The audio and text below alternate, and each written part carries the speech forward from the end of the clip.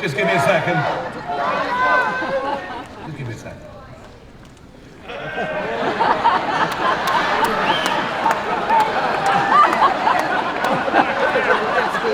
Do you like them? Very expensive. But guess what? I bought them myself. How about that?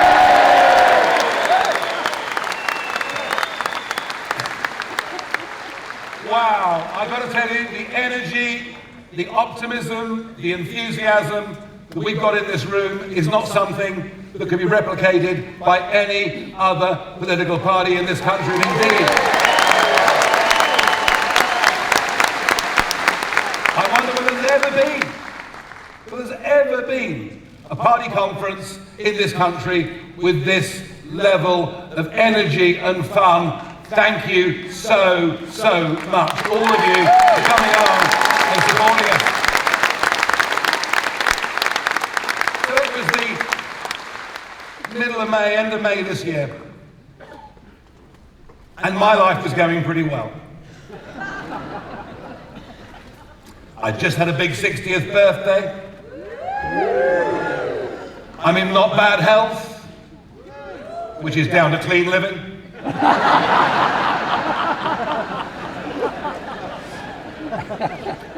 Great job 4 nights a week at GB News, which I was loving. Just been voted News Presenter of the Year for the 2nd year in a row.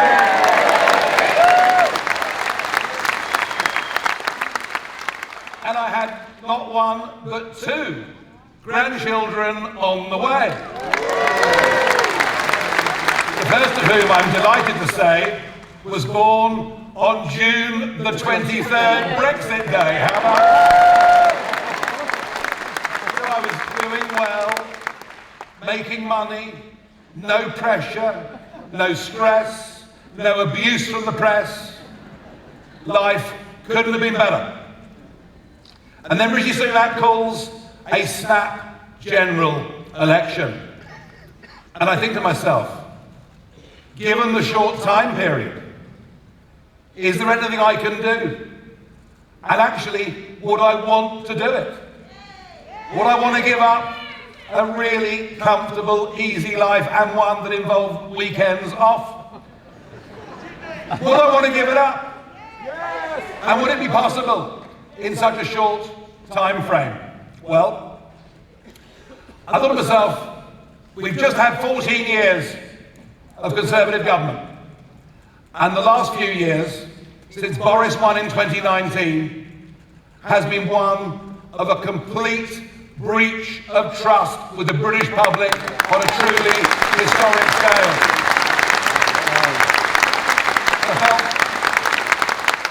I was upset about it for the damage it does to democracy, but also upset about it because, don't forget, I stood aside in that 2019 general election because we wanted to get Brexit over the line after all those years of agony and struggle. And I thought, well, we have left, but have we taken back control of our borders? No.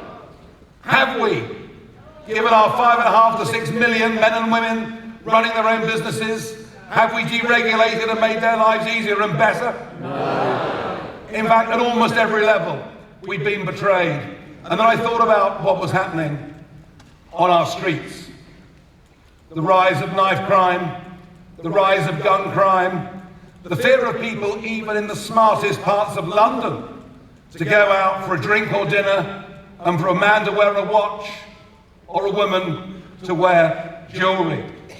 I thought about what mass uncontrolled immigration on a scale the likes of which we'd never seen had done to divide our communities. I looked at the fact that, frankly, without massive public borrowing, there would have been no growth in our economy for year after year after year. An NHS in which you can't get a GP appointment, roads that are clogged beyond comprehension, and frankly, I thought to myself, Britain is broken. And then I couldn't help it. Well, if Britain is broken, then logically, Britain needs reform.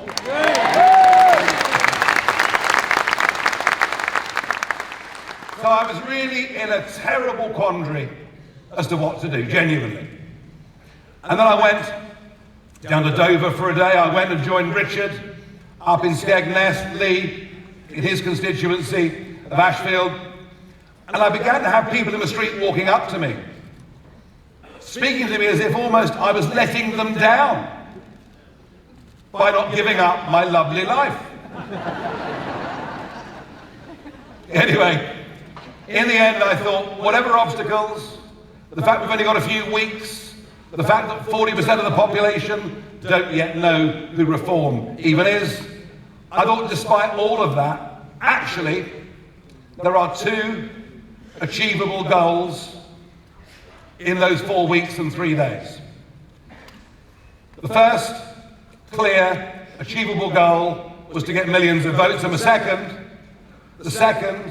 knowing as I do from bitter experience how difficult the first past the post system is, but I believe that we could establish a beachhead in Parliament by getting a few people elected. And I'm proud to say that in the early hours of the 5th of July, both of those objectives were realised.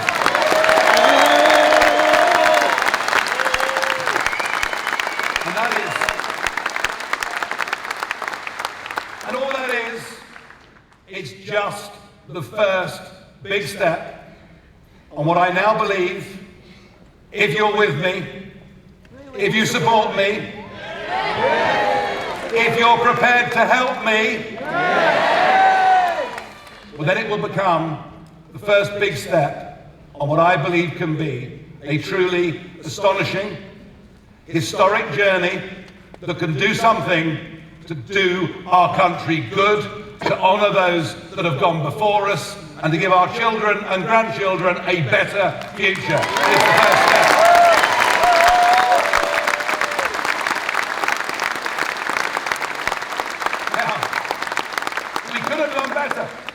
We could have done better, but at that stage of the game, and this is absolutely not knocking Richard and what he did to keep this thing alive for all those years, we weren't big enough. Give Richard a round of applause. Come on.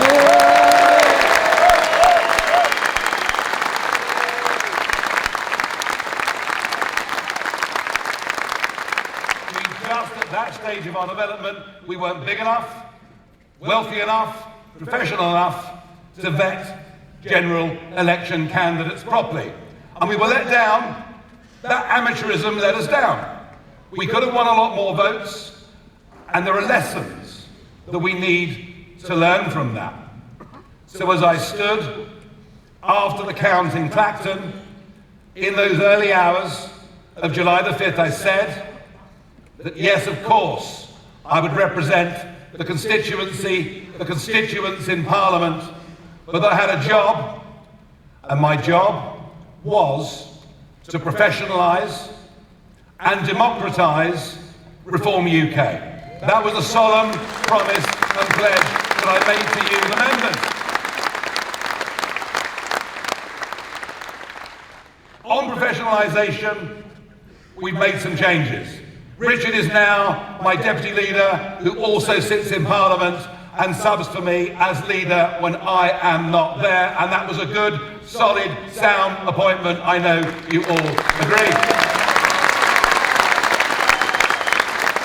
And then somebody of exceptional talent, who I'd met over a decade ago, reappeared during the campaign on the scene.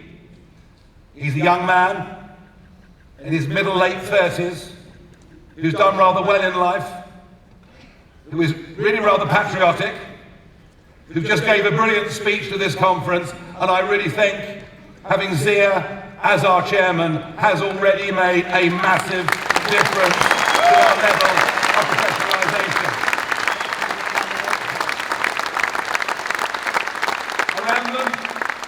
Around them are a small but very professional team.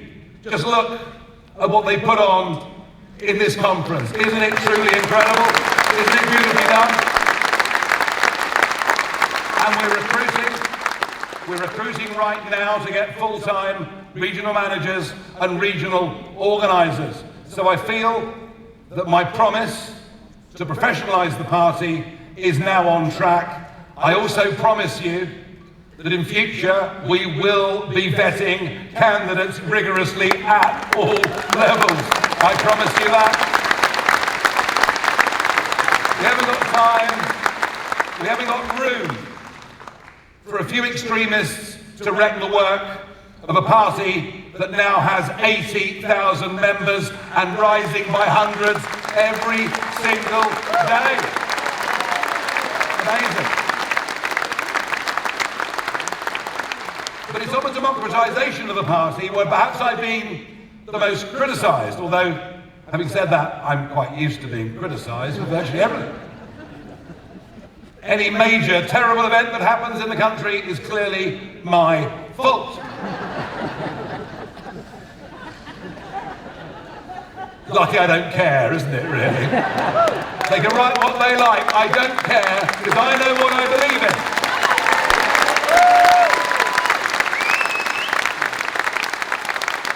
Now, I set this up as a limited company guaranteed by shares, and I owned 60% of the shares. Now, I could make a joke and say that it led to streamlined decision making, but I did it for two reasons. One, we had no time to get established, and it needed somebody of experience to make decisions right or wrong, and that structure allowed me to do that. But secondly, I did it because new or nascent political parties are vulnerable to being hijacked by extremist groups and bad actors.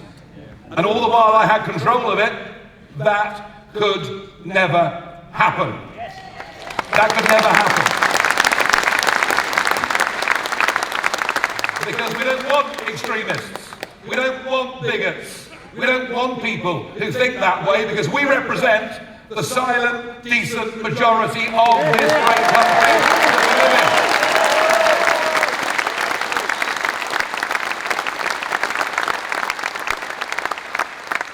But the time has come. The infant that Reform UK was has been growing up. We had the teenage tantrums, which were those that caused us harm in the general election. But we're now at a different point. The party is an adult. And this weekend is when Reform UK comes of age. We come of age, and so I want to make the necessary adjustments. There will be before you tomorrow, we've had it already on email, there'll be a vote tomorrow morning on a constitution for the party. We changed the structure of the party. No longer will it be a company guaranteed by shares, but a company limited by guarantee. It'll be a non-profit making organisation, and I will not be the shareholder. In fact, do you know who's going to be the shareholder of Reform UK? You, the members, will own this party. You will own this party, not me. And we will have a board to manage the party with significant elected representation from the members.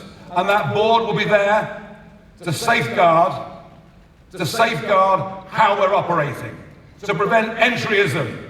We wouldn't want a Corbyn-style takeover, would we, of our party as Labour suffered a few years ago. But the real story of this conference and of the plan for the future is not the share structure. It's not the management board. It's this.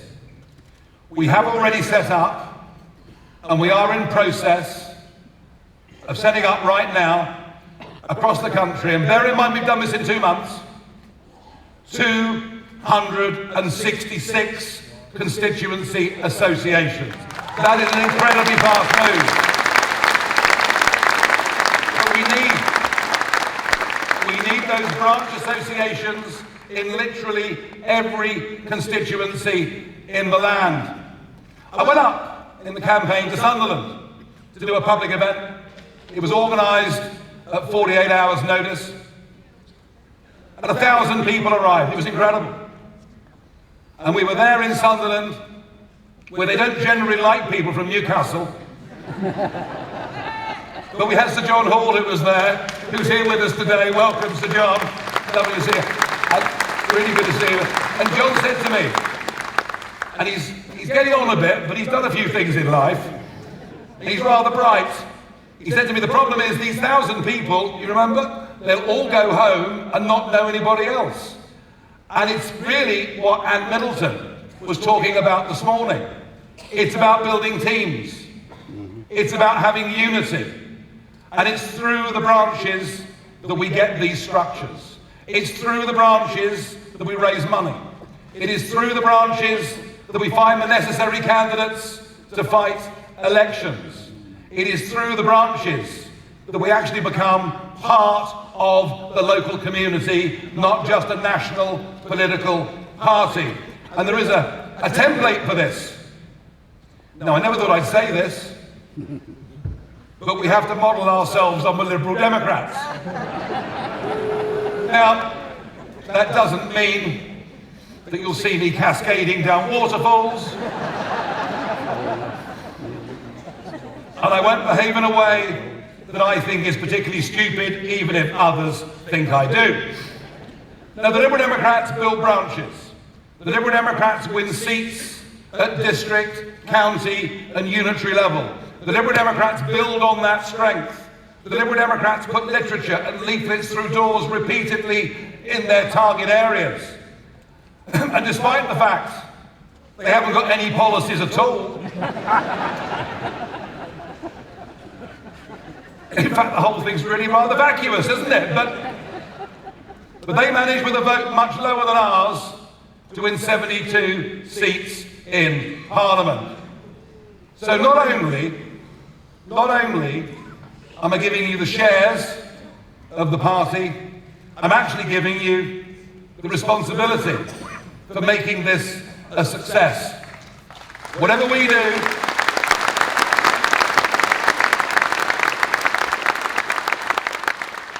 whatever I do, or Richard does, or Zia does, or the rest of the MPs do, whatever our management team do, whatever our social media guys do, that can only take us so far.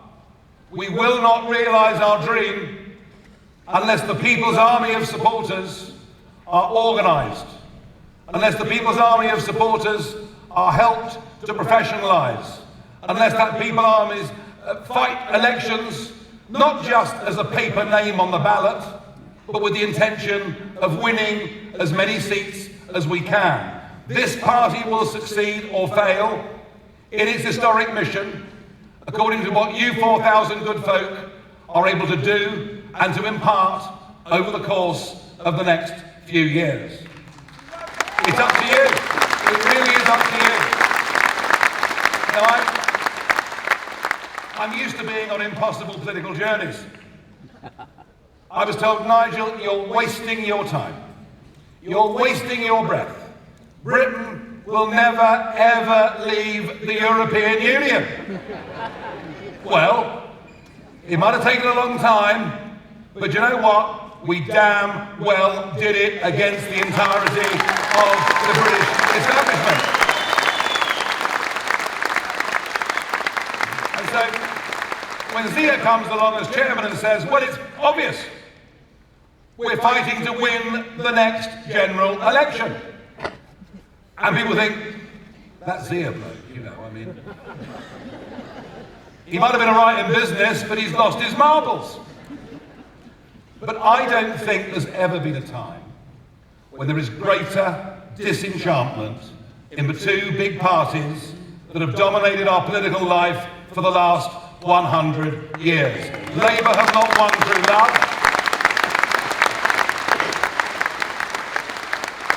So the opportunity is there, and that is why we must take the English County Council elections next year, plus areas like Doncaster and areas like Thurrock, where the district councils are up. Our first big test of fire comes on the first Thursday in May next year. We're going to need over 2,000 candidates. We're going to need you organised behind them, helping them. I genuinely believe if we get next May right, we can produce a result that is truly astonishing. We can get hundreds and hundreds and hundreds of people elected to councils, to be given positions of responsibility, to make us part of the lives of folk living in their communities. The opportunity is enormous. So I ask you, are you going to help us in this historic mission? Thank you. And we'll go on. We'll go on the next year. Scotland, what a remarkable, well done for coming, thank you. Saw a couple of kilts earlier, I thought they must have come from there. The fact we're neck and neck in the polls with the Conservatives in Scotland already, the fact that a small team managed to field candidates who didn't embarrass us in every single one of those Scottish constituencies, there are opportunities there. In Wales, Wales will elect under the DeHont proportional representation system. Is it not, David, the most astonishing opportunity? And these are all our building blocks. These are all the big hurdles, I guess, that we have to get over. But if we succeed in 25, we build even bigger in 26, and we keep going, then I promise you, sky is the limit. Sky is the limit. And, have a look at what we're up against. The journalists are obsessed with who is going to be the next Conservative leader. Who is the one I most want? Who is the one I least want? Well, from what I can work out, one of them is campaigning as a Liberal Democrat. One of them thinks that having worked in McDonald's for a week makes them working class. One of them appears to have had a Damascene conversion from being part of the establishment and the established view to suddenly saying things that many of us in this room would agree with, but lacks any discernible personality whatsoever, and would lead a party that is split down the middle anyway. And the last of the four has got the most inappropriate surname I've ever come across in my life, which indicates an IQ rather higher than I actually believe they have. And the truth is, I don't give a damn who the next leader of the Conservative Party is. I really don't. The point about them, it doesn't matter who leads them, the brand is bust. The brand is broken. People will not go back to them. They've let us down so badly. And as for Labour, I mean, goodness me. Have you ever known a new Prime Minister get off to a worse start than Keir Starmer? It's truly shocking. I mean, the message of things can only get worse is hardly inspiring, is it? And now we're living in a state, and you all know it, but they'll deny it in Westminster until the cows come home. We're living in a state with two-tier policing. We're living in a state with two-tier justice. We're living in a state that is led by two-tier care, and we've had enough already.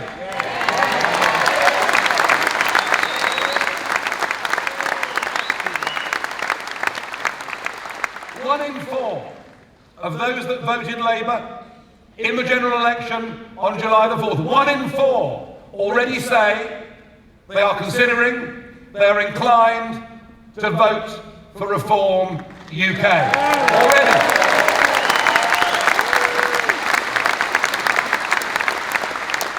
We do not need to change the mind of a single person living in this country, because the silent majority is already with us on the key issues that we care about.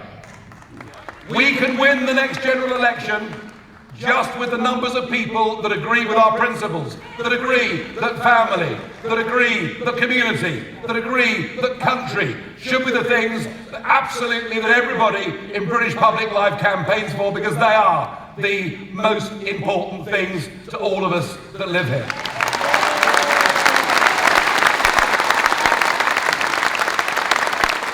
No. What we have to do is to be credible.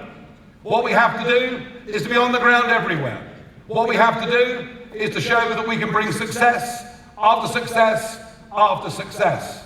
If we do those things, we genuinely can. I never thought I'd say this, but I genuinely believe we can change the future of politics. We can change the future of our country. We can perhaps get back a little bit of pride in what it is to be British, what it is to respect our history, what it is to stand up for our values, what it is to understand the Judeo-Christian culture underpins everything we are, everything we've ever stood for, everything we believe. To end this madness that is going through corporate life, that is going through, in fact, most of the public sector. Which reminds me, there's a lady called Dame Alison Rose. Now, she was the head of NatWest Bank, but saw fit for her organisation not just to debank me, but to leak confidential information about me to her mates at the BBC. Well, of course, she was fired, and I was delighted, but she's now got a big new highly paid job. Isn't that good? She's gone to Mishcon to Raya, and she's in charge of equality, diversity and inclusion. So given her track record, we wish Mishcon to Raya the very, very best of luck. But we believe in meritocracy. Yeah. We believe that a society looks after its weak, but encourages everybody else to do the very best it can. And we don't care in this party, we don't care about skin colour, we don't care about orientation, we couldn't care less who you are. We care whether you share the values of this country. We care whether you obey the law.